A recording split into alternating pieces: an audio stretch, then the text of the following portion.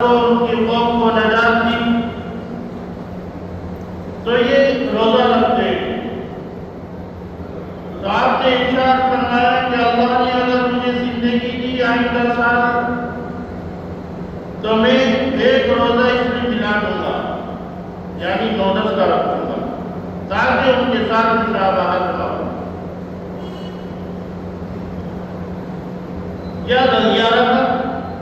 ایک آگے رکھ لی ہے، ایک پیچھے. آپ نے ارشاد فرمایا اللہ نے اس وقت تک حیات نہیں بلکہ پردہ فرما دیا آپ نے دنیا سے. تو صحابہ اکرام نے 9-10 کا روزہ رکھا. آج بھی یہی حکم ہے کہ اگر رکھنا چاہے تو رکھ لے روزہ، 9-10 کا رکھ لیں یا 10-11 کا رکھ لیں. گرمی پڑ رہی نہیں رکھنا چاہتے تو خالی 10 تاریخ کا بھی رکھ سکتے ہیں. 10 تاریخ کا بھی خالی ایک روزہ رکھ سکتے ہیں. پھر اللہ کے رسول صلی اللہ علیہ وسلم نے ارشاد فرمایا کہ اللہ تعالیٰ نے اس تاریخ میں بہت سارے واقعات رونما ہوئے. تو ایسا ہے کہ اپنے گھر والوں کے ساتھ خوشحالی کا معاملہ کرنا. تو یہ جو مقدس و محترم مہینہ پہلے سے ہی ہے، اور کربلا کی شہادت کا معاملہ تو تقریباً آج سے 50-60 سال کے بعد پیش آیا. محترم مہینہ پہلے سے ہی تھا. تو ہم نے جو چیزیں سنت تھی، جو چیزیں سرکار دو عالم صلی اللہ علیہ وسلم بتا گئے تھے، ہم نے ان کو پیچھے ڈال دیا اور دوسری چیزیں ہم سامنے لے کر آئے. اللہ نے شہدائے کربلا کے لیے یہ تاریخ منتخب کی. تو اب سوچا لوگوں نے کہ اس امت کو گمراہی کے راستے پر کیسے لایا جائے، گمراہی کے راستے پر کیسے لایا جائے. اگر مسائل کا معاملہ اللہ کے رسول نے فرمایا تو لاؤ ان کو کیپڑے پر لگا دو، اور جب کھانے کا معاملہ آیا تو پوچھنے کی ضرورت نہیں تھی حلال بھی ہے حرام بھی ہماری. پھر شربت کا معاملہ ایسی بدعات اس میں جاری کر دی کہ وہاں کربلا کے شہداء بیچارے پیاس سے چلے یا ٹھنڈا پانی پیا جا رہا ہے. پھر بہت ساری رسومات اس میں ایسی کی جا رہی ہیں جس کے کوئی سر پیر نہیں، جو شریعت سے ثابت نہیں. جو شریعت سے ثابت ہے اس پر عمل کیا جائے، گمراہی میں مبتلا نہ ہوا جائے. قیامت کے دن جب اللہ تبارک و تعالی خود سوال کریں گے، 5 سوال ہوں گے. 5 سوال ہوں گے. کہاں سے کمایا، کہاں خرچ کیا، عمر کہاں گوائی، جوانی کہاں خرچ کی. 5واں سوال کو ہوگا جب شریعت مطہرہ کی بات تمہارے کانوں میں پڑی تم نے کتنا عمل کیا. اللہ نے فرمایا یا ایھا الذین آمنوا استعینوا بالصبر والصلاۃ. ایمان والو اللہ سے مدد حاصل کرو نماز کے ذریعے ہو، مدد صبر کے ذریعے. نماز کتنی اہم عبادت ہے، کئی مرتبہ اس سلسلے میں ذکر کیا جا چکا. کتنی اہم عبادت ہے. ایمان اور کفر کے درمیان ایک آڑ ہے، وہ کیا ہے؟ نماز ہے. پڑھنے والا ایمان والا اور جان بوجھ کر چھوڑنے والا. اتنی سخت پابندی ہے کہ ہمارے 4 امام ہیں. حضرت امام ابو حنیفہ رحمۃ اللہ علیہ، حضرت امام مالک، حضرت امام شافعی، حضرت امام احمد بن حنبل.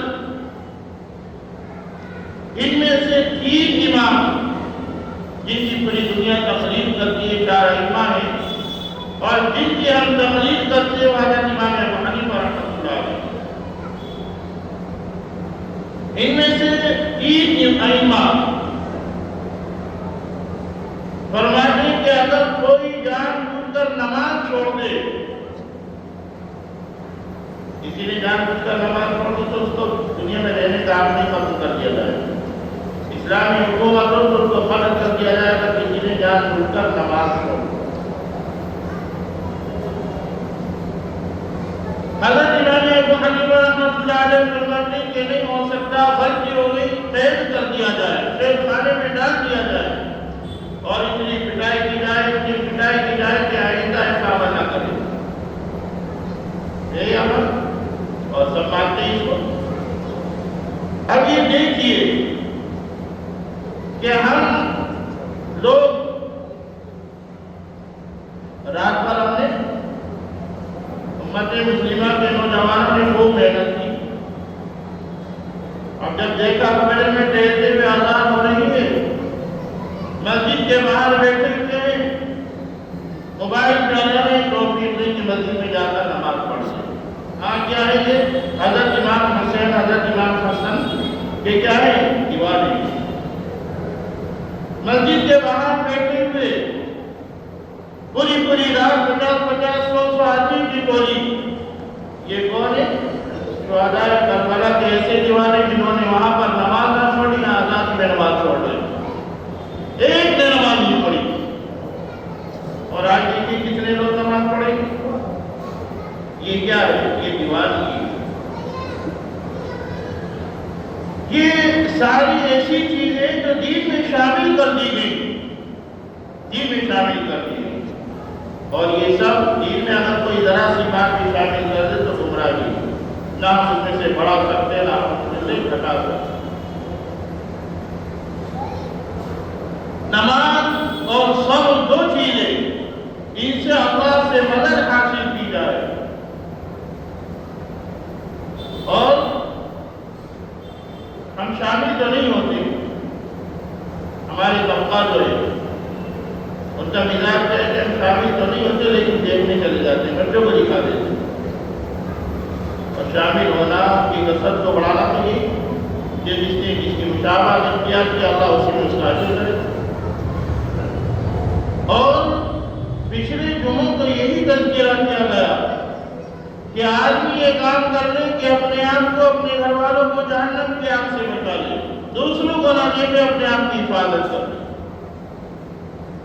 اپنے آپ کی قوا انفسکم واہلیکم نارا، اپنے آپ کو اور اپنے گھر والوں کو جہنم کی آگ سے بچا لے، بس اتنا کام کر۔ اور رہی یہ بات ماننے نہ ماننے کی، مانو گے تو کامیابی مل جائے گی، اور نہیں مانو گے تو اللہ نے دکھا رکھا ہے آدمی کا، وہ تم سے خود منوا دے گا، خود منوا دے گا۔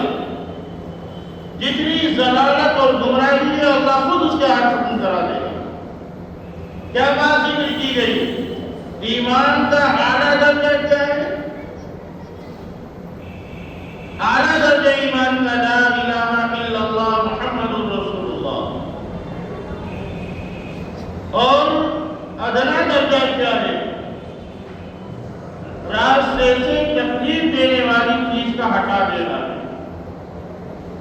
ہم نے کلمہ توحید تو پڑھ لیا، اعلیٰ درجہ ہم نے پا لیا، لیکن جو ایمان کی 70 شاخیں 70 شعبے ہیں، ان میں سے ایک ادنا درجہ ایسا کہ راستے سے تکلیف دینے والی چیز کا ہٹا دینا۔ اور ہم تو راستہ بند کر کے سمجھتے کہ یہ سڑک ہمارے باپ دادا کی ہے، کوئی روک کے دکھا دے، ہے کسی کے اندر جو ہمت جو اس کو روک کے دکھا دے، ختم کر۔ راستہ بند کرنا گناہ ہے، بہت بڑا گناہ ہے، تکلیف دینا۔ ایمان کا ادنا درجہ یہ ہے کہ راستے سے تکلیف دینے والی چیز کا ہٹا دینا۔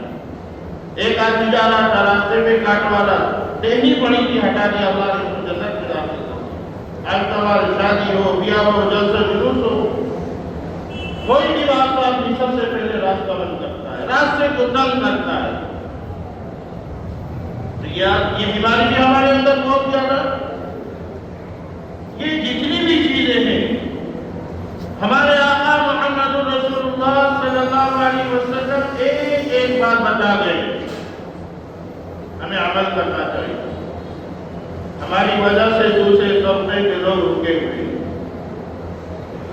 ایمان میں داخل ہونے کے لیے. ارے یہ ایمان ہے، یہ اسلام ہے. نہیں تو ایمان اسلام جو ہندوستان میں آیا وہ کسی کو کہنے کی ضرورت نہیں پڑی کلمہ پڑھ لے، نماز پڑھ لے، روزہ رکھ لے، اسلام میں داخل ہو جا. بلکہ ہمارے اعمال دیکھے، تجارت کی، آپسی اخلاق دیکھے. ارے اسلام کے اتنے شاندار اخلاق. آج سے اگر کوئی تجارت کرنے والا ہے دیکھے گا مسلمان ہے وہ یہ کٹ ملا ہے دھوکہ ضرور دے گا. یہ مزاج بن گیا، دھوکہ ضرور دے گا. پہلے یہ ہوتا کہ اگر کوئی ایمان والا کسی سے تجارت کرتا تو ٹھیک ہے ایمان والا اس پر بھروسہ کیا جاتا. اور آج ہم نے بھروسہ اٹھا کر رکھ دیا. تو اس میں بہت ساری خرافات اس مہینے میں ایسی داخل ہو گئی جو ہم شریعت کا ایک جز مانتے ہیں. ایک بات یہ بھی ہے کہ اس مہینے میں آدمی شادی بیاہ نہیں کرتا. غم کا مہینہ ہے، غم کیسا مہینہ ہے. ماتم تو شریعت مطالعہ میں جائز ہی نہیں. ماتم کرنا، نوحہ کرنا یہ تو اللہ کے رسول نے منع فرمایا، ناجائز حرام ہے. یہ جس کا آج سوال سمجھتے ہیں بہت سے لوگ شامل ہوتے ہیں کہ آپ ہی ماتم ہو رہا ہے، بڑی اچھی بات ہے. اپنے جسم کا اذیت کی جانے قیامت کے لیے خوش ہوگی. یہ تیرا جسم تیرا نہیں تو اللہ نے ہمارا سینے کو چھوڑ دیا. یہ اللہ کے رسول صلی اللہ علیہ وسلم نے فرمایا حرام ہے. اور میں ایسے کام بند کرنے کے لیے آیا ہوں کہ کوئی مر گیا اس کے پاس بیٹھ کر نوحہ کر رہے، رو رہے، ماتم کر رہے. آپ نے فرمایا کہ نہیں.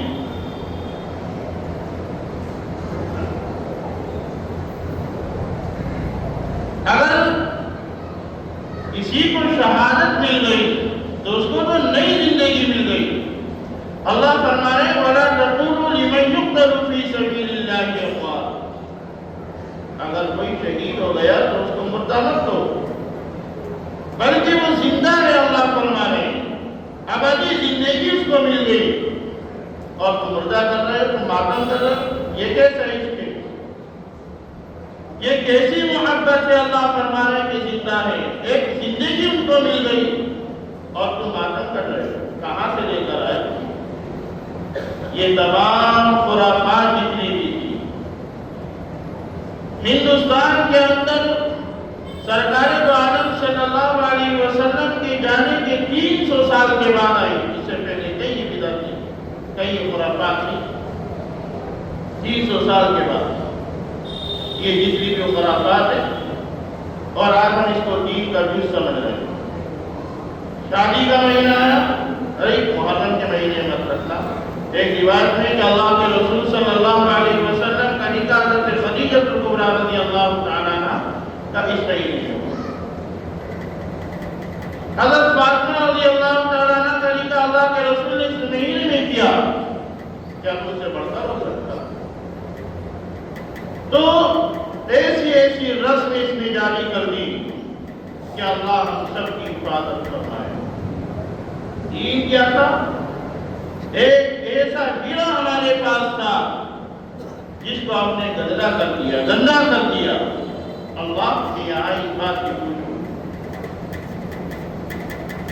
جو طریقہ بتا گئے سرکار دو عالم صلی اللہ علیہ وسلم، جو راستہ بتا گئے اسے ذرا سا بھی ہٹنا گمراہی،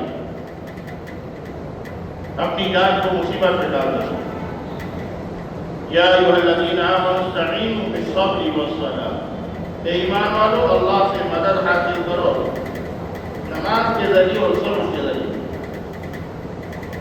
ان اللہ مع الصابرین، اللہ صبر کرنے والوں کے ساتھ. ولا تقولوا لمن يقتل في سبيل الله اموات.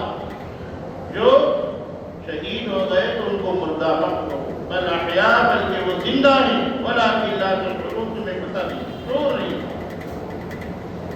شہید ہونے کے بعد شہادت کا مرتبہ اتنا بڑا ہے، اتنا بڑا ہے. ہر ایمان والے کے دل میں شہادت کی تمنا ہونا چاہیے. جس کے دل میں شہادت کی تمنا نہیں وہ نفاق کی بہت پرواہ. اتنا بڑا مرتبہ شہادت. اور شہادت کو برا سمجھنا، شہادت پر ماتم کرنا، یہ تو بیوقوفی ماں بیوقوفی ہے۔ اس لیے ایسے معاملوں میں نہ شریک ہونا چاہیے، نہ جانا چاہیے، اور جو عمل کرنا ہے، جو کام کرنا ہے، وہ پوچھ کر معلومات کر کے کرنا چاہیے۔ اللہ تعالی ہم سب کو سیدھے راستے پر چلنے کی توفیق عطا فرمائے، گمراہیوں سے اور بدعات سے ہم سب کی حفاظت فرمائے۔ وآخر دعوانا